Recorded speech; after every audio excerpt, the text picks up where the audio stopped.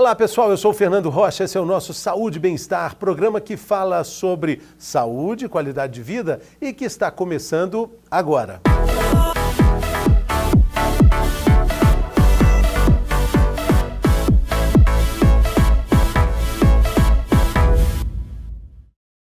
Muito bem, a gente começa esse primeiro bloco do programa de hoje falando de um problema cardíaco chamado miocardite.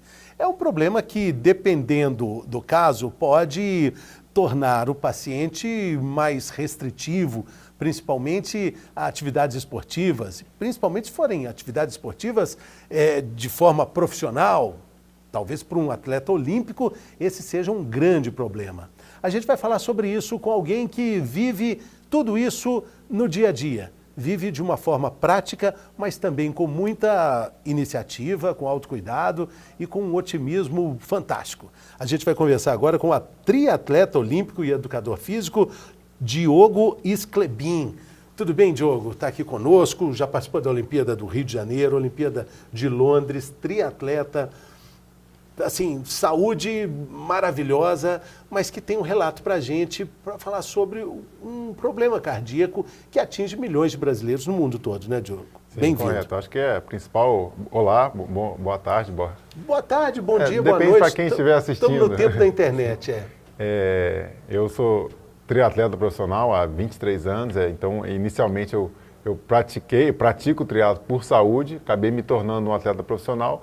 E não só por cuidados pessoais, mas a própria Confederação Brasileira de Triatlo, o Comitê Olímpico Brasileiro e a minha médica que me acompanha, a gente faz inúmeros exames periódicos para ver se a saúde está tudo bem, até porque a gente exige mais do nosso corpo quando a gente compete profissionalmente, seja qual for a modalidade, principalmente no triatlo, que é bem intenso, né? Vamos só situar para a pessoa que está acompanhando, só para falar o que é um triatlo, como é que ele está dividido, para a gente falar como o coração acaba sendo sobrecarregado.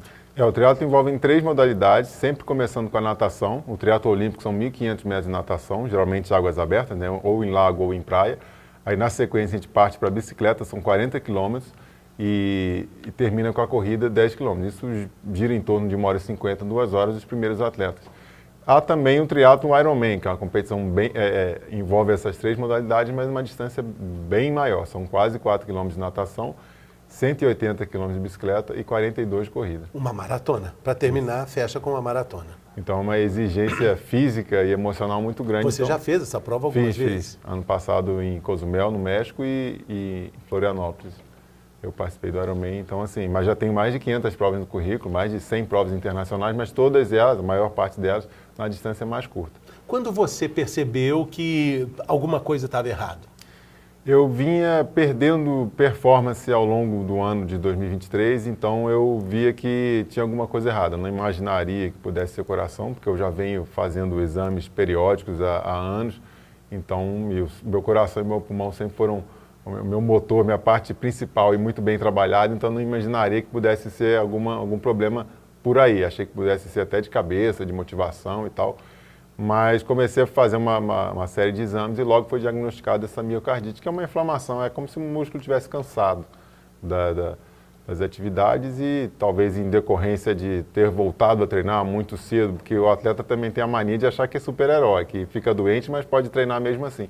Então acredito que a miocardite e a arritmia pode ter sido decorrente de ter ficado gripado e ter voltado a treinar antes mesmo da gripe sumir, algum vírus, alguma coisa que possa ter contribuído para que essa miocardite existisse, passasse a existir, já que eu sempre cuidei, sempre respeitei meus limites. Nos dias que eu estava muito cansado, eu sabia que eu não poderia treinar. A gente acha que é super-herói, às vezes, mas a gente sabe que não é, então a gente tem que ser cauteloso ali. E o corpo manda recados bem claros, né? Sim, e eu vi bem isso, que eu não conseguia treinar, eu descansava, eu comia bem, dormia bem, no dia seguinte ia treinar de novo e não conseguia. Então eu vi, não é só cabeça, não é só alguma coisa a mais aí que eu não estou acostumado a lidar com isso, deixa eu buscar bem a causa para não prejudicar ainda mais, né? Então eu estou parado há 3 meses, já fiz um procedimento chamado ablação, que a gente vai lá no coração com catéter e falar grosseiramente, mas a gente queima o que está contraindo o músculo de forma errada, então o coração já está batendo normal, a miocardite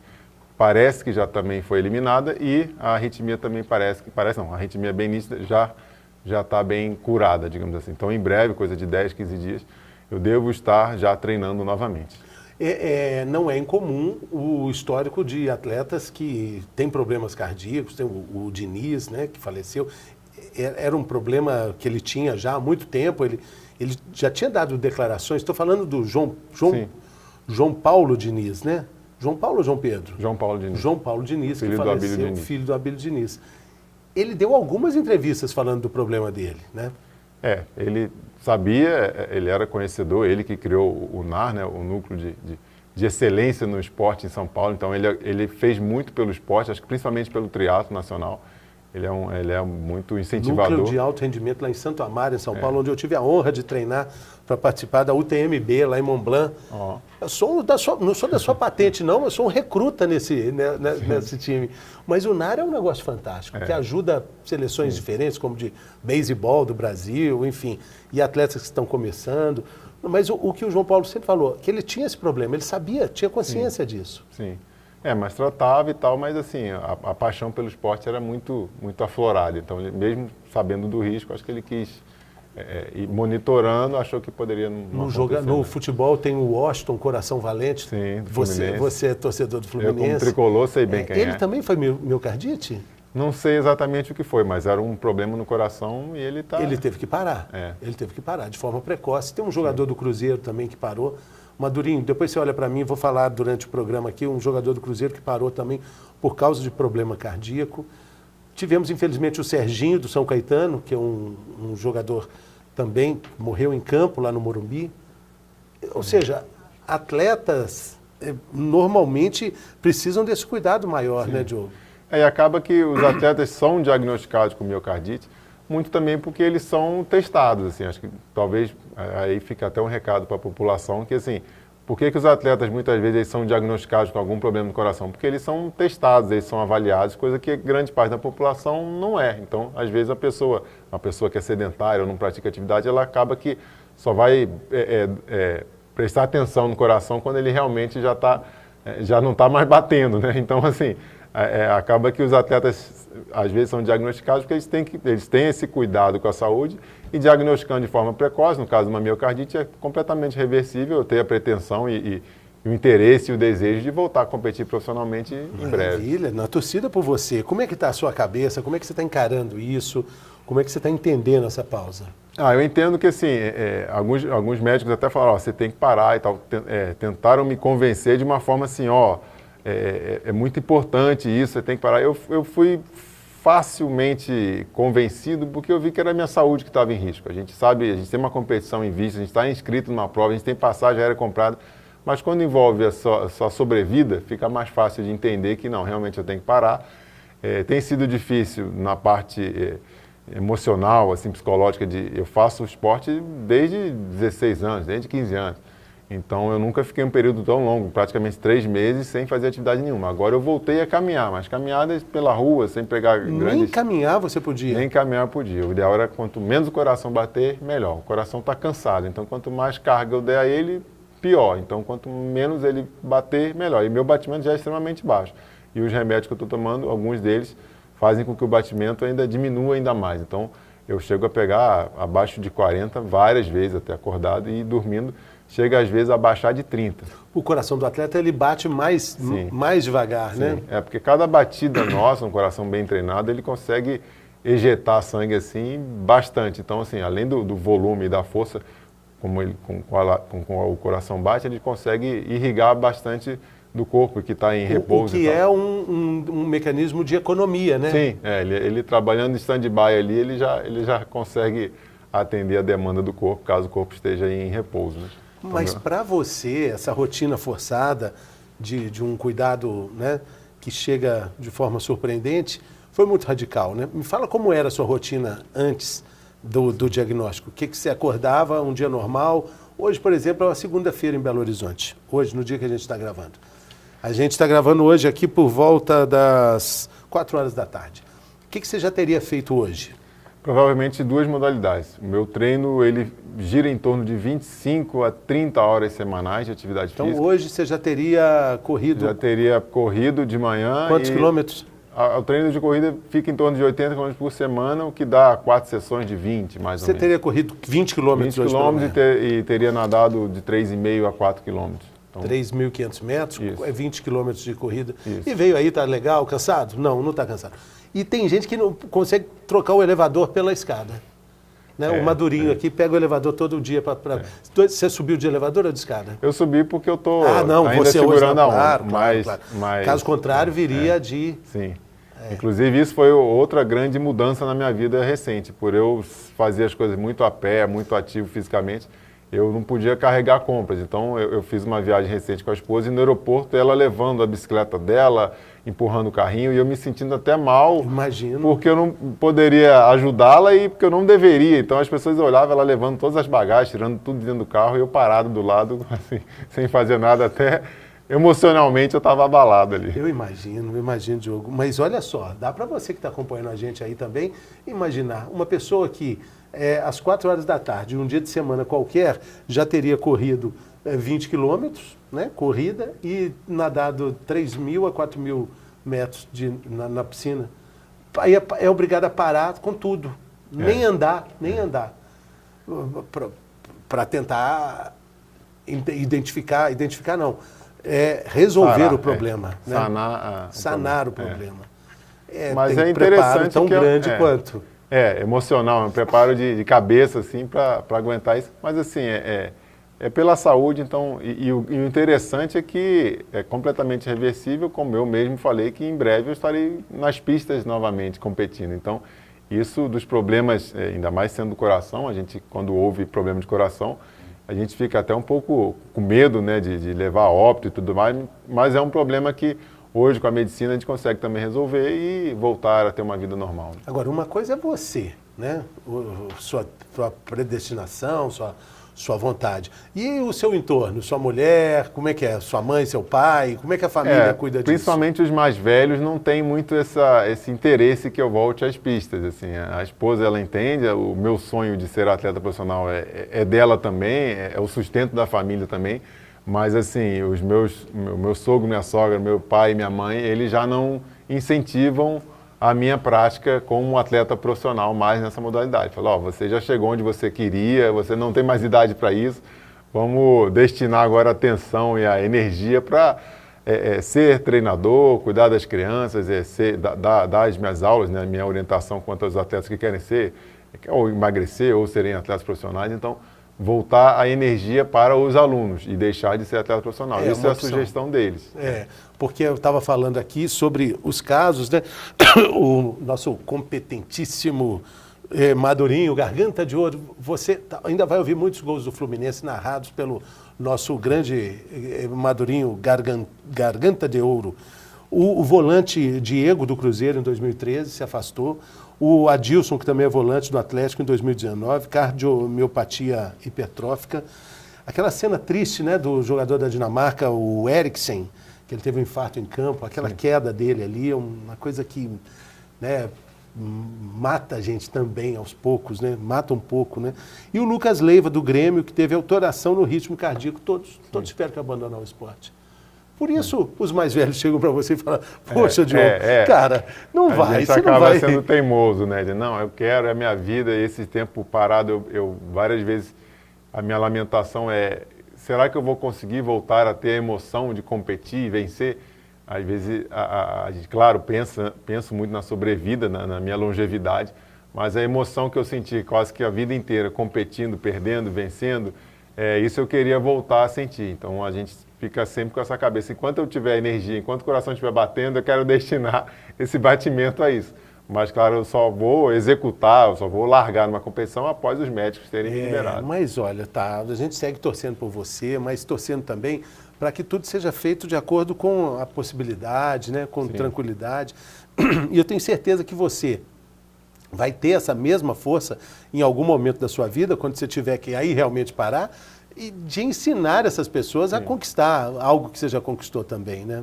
Sim, exatamente. Eu vejo muito, eu tenho 3 filhos pequenos e eu vejo muito que a minha competição, a minha vitória, ela tem que ser destinada não só a eles, mas para todo mundo que quer aprimorar no triatlo, ou quer emagrecer, ou quer melhorar o condicionamento.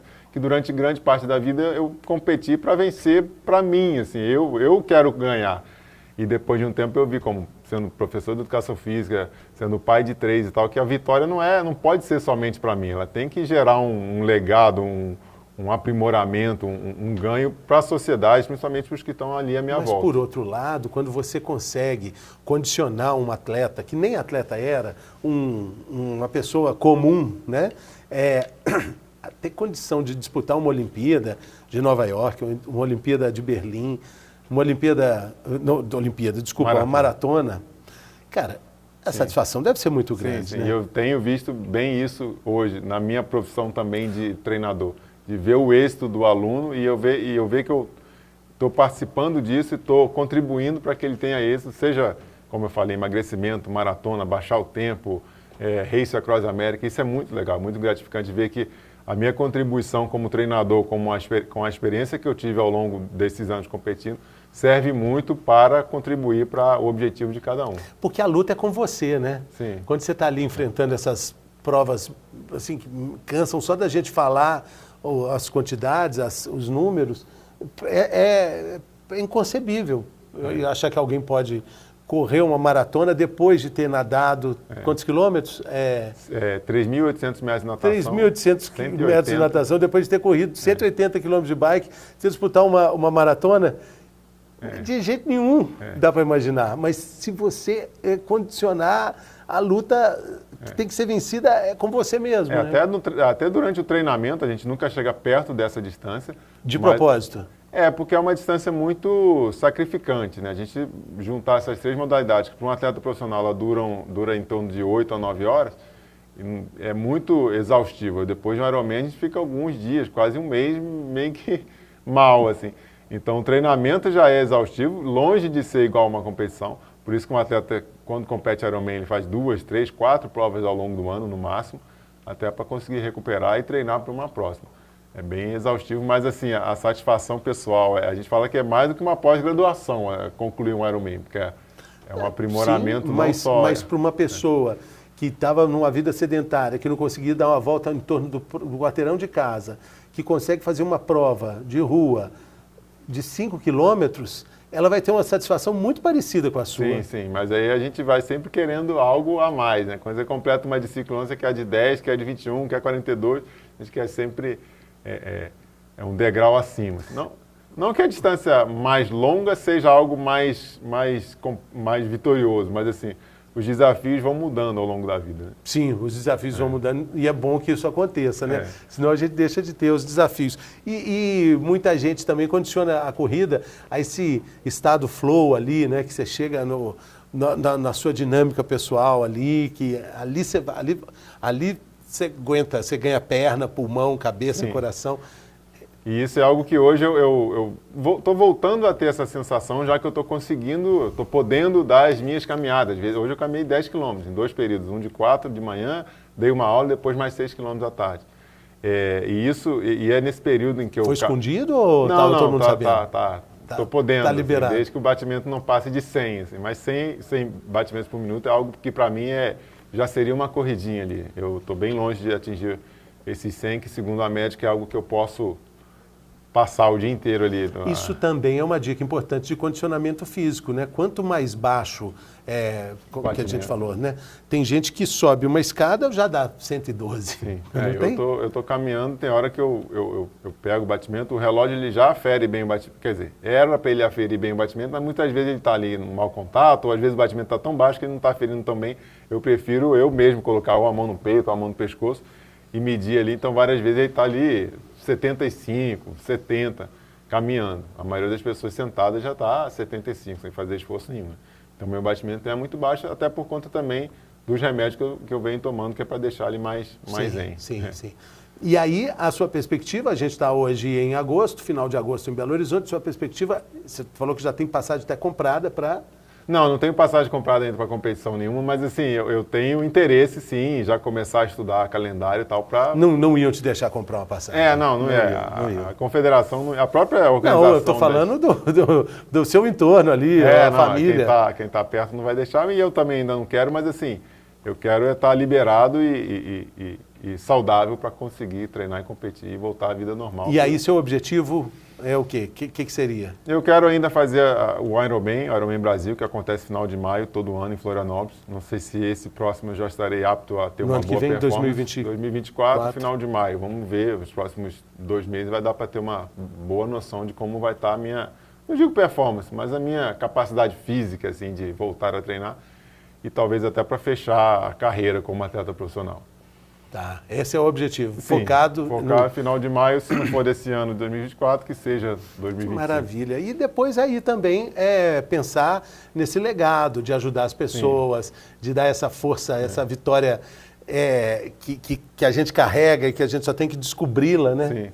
Sim. Contribuir para que as pessoas tenham um objetivo em algo ligado à atividade física. E eu vejo que a atividade física, na minha vida, não é só minha profissão, mas é uma terapia e algo que eu indico a todo mundo. Acho que tem que fazer atividade física, de preferência o esporte que você gosta, não vá fazer um esporte que você não gosta tanto, mas tem que fazer.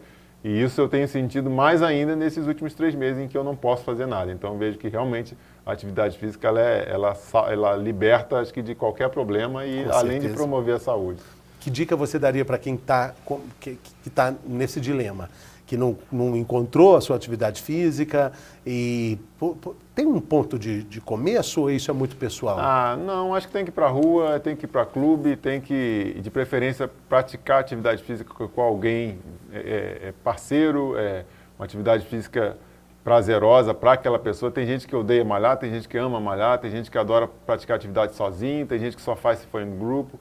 Então, acho que tem que buscar, tem que ir para a rua. Pode ser que seja uma esgrima, uma escalada, um badminton, um tênis, uma corrida, um futebol, uma dança, mas eu acho que tem que se mover e buscar, porque quem faz atividade física, não é à toa, a gente vê as pessoas sábado no Belvedere, que é um bairro aqui, as pessoas vão correr 6 da manhã, pessoas que poderiam estar em casa, não estão a trabalho, estão ali por livre e espontânea vontade. Então, você vê como as pessoas são apaixonadas pela corrida. Então, por quê? Isso é viciante, seja o crossfit, seja o tênis. É porque é muito bom para a saúde, é muito bom para a cabeça, muito bom para a saúde, para o corpo. Porque tem uma entrega nisso tudo, tem um retorno, né? Tem uma volta nisso tudo. Sim, exatamente. Né? Quem faz e se identifica com a modalidade, seja ela qual for, fica para sempre praticando atividade física e quando não pratica, fica doente. Bom, Diogo, muito obrigado. Diogo Sklebin. Isso, correto.